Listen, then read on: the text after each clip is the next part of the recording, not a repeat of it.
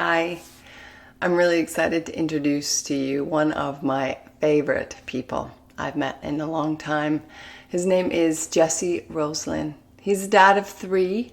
He is a tutor, an educator, an innovator, an entrepreneur. Jesse is so much. When I first met him, I recognized a spark of a man with a huge heart on a mission to support kids to love learning any way he could. Jesse has built an incredible team over the past 19 years who work with kids one-to-one, showing them that education, that learning can really look like so many different things, and that they strive to help kids and families get the outcomes they're looking for. And I think Jesse has some really interesting, insightful observations and hope for what's coming out of the pandemic with education. So join me and my conversation with Jesse from Pacific Preparatory, or PacPrep as they like to call it, TutorCorps, and the TutorCorps Foundation. He is coming to us from the San Francisco area. I hope you enjoy it. Leave some comments, questions, and please check out Pacific Preparatory online. They are an amazing solution for many families. Check them out. Thank you. So I'm Jesse Roselin, and I'm the founder of TutorCorps and Pacific Preparatory and the TutorCorps Foundation. I live in Mill Valley, California, which is just about 5 minutes north of the Golden Gate Bridge, just outside San Francisco. And I have a team of staff and teachers that are distributed all over the US, and we work with students all over the world. You're offering an intersection of some different interesting things in the learning education space. So can you share a little bit more about what's different about each of these organizations? Absolutely.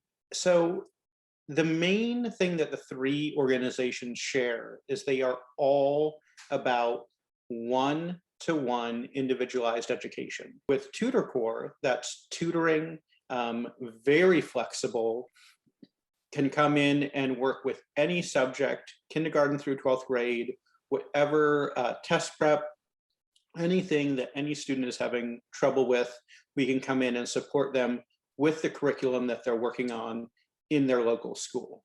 By contrast, Pacific Preparatory is a fully accredited K through 12 private school. So we actually build the curriculum and teach the course. So when parents want a one-to-one course, they come to Pacific Preparatory, and when they want the tutoring for support with their existing classes, then they can come to TutorCorps.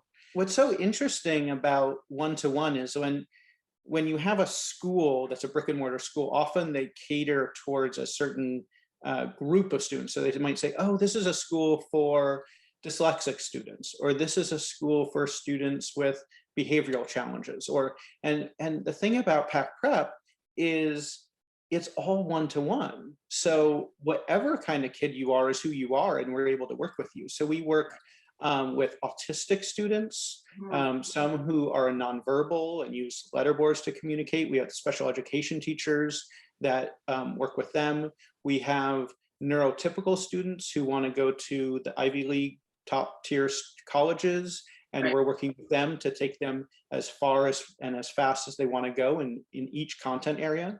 And then we have kids with learning differences, dyslexia, dyscalculia, executive functioning, ADHD, all these things that one-on-one, a lot of the challenges that you see behaviorally in the classroom are no longer problems when they're one-on-one. They're no longer things to be ashamed of, or the teacher's calling you out on things. All of a sudden, one-on-one, they can easily be channeled in a positive direction. I also set up a corporate philanthropy model because I want to be able to serve all students, and the TutorCorps Foundation is a means to that end. So we provide scholarships for students, and that's a week. Basically, the student meets every week for the entire school year with the same teacher to support them, so they have that continuity. And then we also have community service grants and awards for teachers as a way of giving back to the community. So the staff is the same for TutorCorps, Specific Preparatory, and the TutorCorps Foundation. Right. And so they're able to, like for the foundation, anyone that donates to the foundation is able to give 100% to the students. So there's no cost for overhead or anything like that. And it also allows the staff to feel part of all these different missions, like the mission of the school, the mission of TutorCorps, and the mission of the foundation. When you have, say, staff, I also get the feeling you guys are like a giant family. Like it is quite a congenial, friendly group of people. But how many are we talking about in these organizations that you're running? Well, we have 10 full-time staff members, so we're still a small family. Okay. And so it's very personal, very sort of boutique. We know every parent and every family, every teacher. The teaching staff is significantly larger. We have right now about 235 teachers that work with us. And that is simply because the one-to-one model is so intensive in terms of simply needing the teacher. So, when you have a private school, a typical brick and mortar school, you might have 15 teachers and each teacher is able to teach 30 kids. Here, like for every student, we need one teacher, if not more. So like a high school student coming in, they might have 5 different one-to-one teachers. They might have chemistry, pre-calculus, English 2, whatever it is, right? So then they actually might have 4 to 5 teachers that we need just for that one student. So that's why we have so many teachers. I'd love for you to share what you're noticing in the interaction between one teacher, one student, because it's really not what the experience of learning is for many kids. What are some of the benefits that you're noticing in the one-on-one model? And also, who are the types of kids who are your students in this one-on-one model? I mean, I think one-on-one has always been a really powerful way to teach. And you can look back to Oxford and Cambridge and the tutorial system that they have, where each professor is meeting individually with each student. I think as we look at economies of scale and looking at just modern life, there's a lot of trying to maximize and having as many students to one teacher. So you have a 1-to-20 ratio or 1-to-30 ratio, because it's more economical. So the one-to-one is definitely not the most economical, but it's the most impactful. Right. And so what we're seeing, I think, is during this pandemic, where kids have been missing out on some academic learning, whether I mean, there's so many different stories. I'm sure your story with your kids is different than my story with my kids. Yeah. But regardless, for the most part, a lot of kids are going to have gaps. And so the beauty of the one-on-one model is we're able to come in and each teacher can individually assess with that child where their specific gaps are. When you're in a class of 20 or 30 kids, they have to just teach sort of to the average level and say, like, if you're in 5th grade, they're just going to teach like, oh, well, let's just reteach all of fractions. But maybe your child knows most of fractions. They just need a little bit of review on like mixed denominators. So it allows each kid to make so much progress. And I think on a more social emotional level, the child feels so much more attended to, engaged, and they feel valued, and they feel like the learning is that much more important because they're right there present with the teacher. I'm speaking with a lot of parents whose kids have been in online learning for the past year. Granted, it's online learning with a group of kids, it's not one-on-one. And the fatigue the children are feeling in that environment and their association with online learning is so negative. Do you have this comment from parents who are keen to get their kids loving to learn again, wanting to fill holes and gaps in the learning lost from this disrupted year, when they come to you and say, okay, I hear these benefits, my child doesn't want to do online learning anymore, they're sort of scarred from it. And I do hear that, Hope. I hear that a lot, where people say, my child's tuned out, they are, just not, they don't want to meet online anymore. And because we are working with kids all over the world, we do primarily meet online. Right. And I think part of it is simply explaining to parents what I said earlier about this difference between one-on-one versus being in a classroom online. Yeah. And then, frankly, it's a little bit of like, we can give that information, but part of it's just a little bit of a leap of faith. And we say, listen, let's just try this. Just try meeting with our teacher for 2 sessions. That's just 2 hours. After that, if it doesn't work for your child, that's fine. We'll credit you back any money that you paid. There's no worries. Like, we want this to work for your child, for your family. One of the benefits that I talk with parents about is I say, listen, I know if we could be in person, that would be great. But this is the second best option. And what it allows is allows us to get the very best teachers. Like your values, which I would like to talk about a little bit, the way that you are as a dad of 3, as somebody who loves to travel and live and be respectful and understanding of different cultures, I feel like what I know of your organizations and what I've seen is you're trying to bring that in to learning. How are you as a person, as a leader of these organizations? What is super important to you? That is, the teaching and the one-on-one and the tools and the outcomes, that's important, but what is the spirit you're trying to put into the world? Above all else, what truly motivates me is building relationships. Yeah. And so when we start from the very beginning, meeting with the kids, like I myself was tutoring, driving around the San Francisco Bay Area, meeting with kids. And that was like literally the foundation of the organization, getting that quality time and helping kids with study skills, with executive functioning, with math, English, social studies, whatever it was.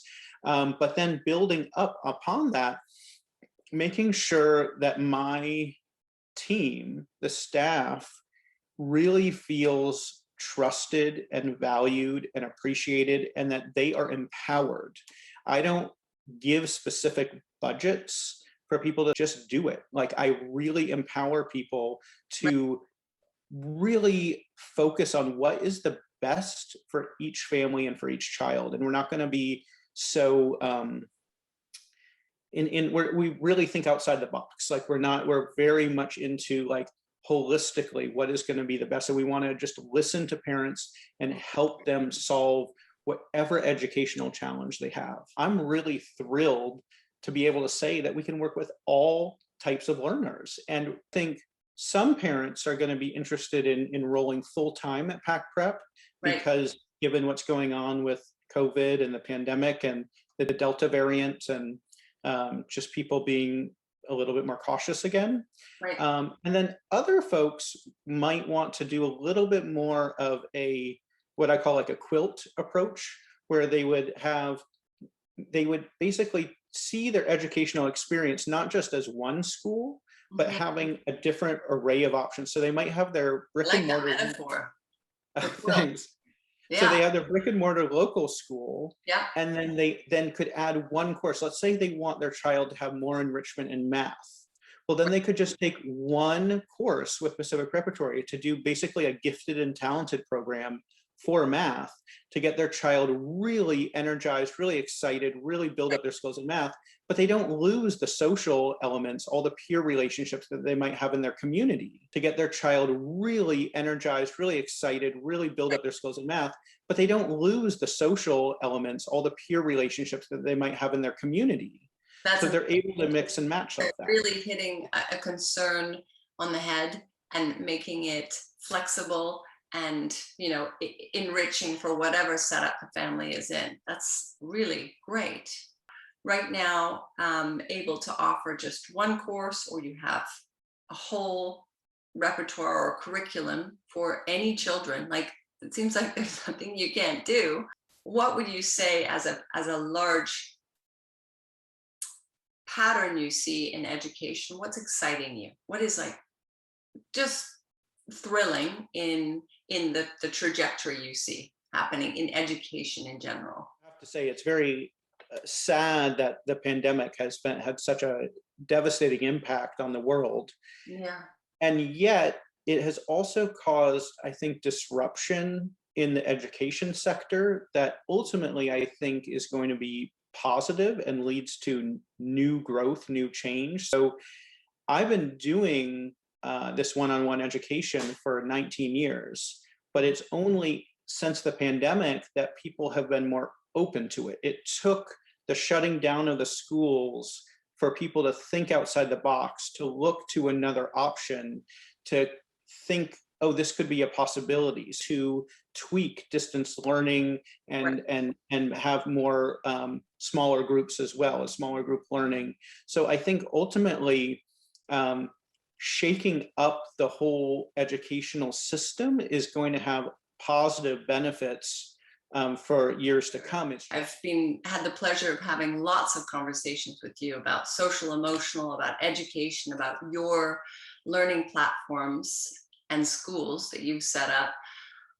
I recognize my fellow parents, a lot of them are too busy to do the digging, to do the searching. You know, when this disruption has happened, many parents are picking their battles and figuring out, what do I spend time focusing on?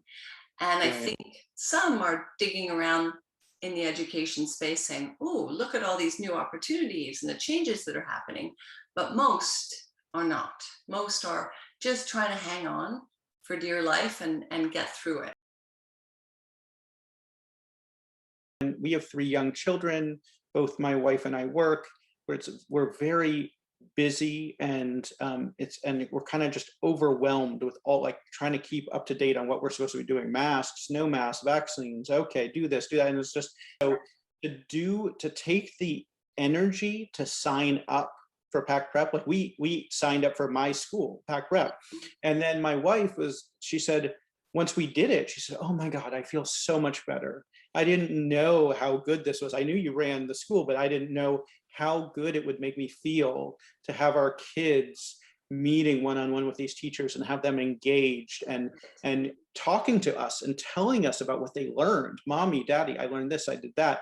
And so I think with any kind of behavior change, especially when you're juggling so much with kids and work and the pandemic, it's hard to make that change. But Mm, just if you can just literally pick up the phone and call us mm. or go online and submit it, then we will just meet you, we'll talk with you, and you can try it out. And if it's not something that works for you, I think at 99% it will be amazing. If for some reason it still doesn't work, there's no problem. And the most you wasted is an hour. But big picture, you're going to have a huge positive change in your own life and your kids' lives. So my hope, being MamaHopey, is to hopefully make some of these connections, to pique the curiosity of families who are asking more questions, who would like exposure to people, to organizations, to learning models like yours, PacPrep and TutorCorps. And we will see what happens. But I think having these conversations and sharing it with more people, kids as well, is vital for it to spread. So I really appreciate you taking the time today, Jesse. It's always such a pleasure to see you and your smiling face and your incredible ethos. You are an Thank you. inspiration, and your entire team. Oh, thank you very much. It's really so nice to come on and talk with you. Take care. Bye, Okay, Jesse. bye.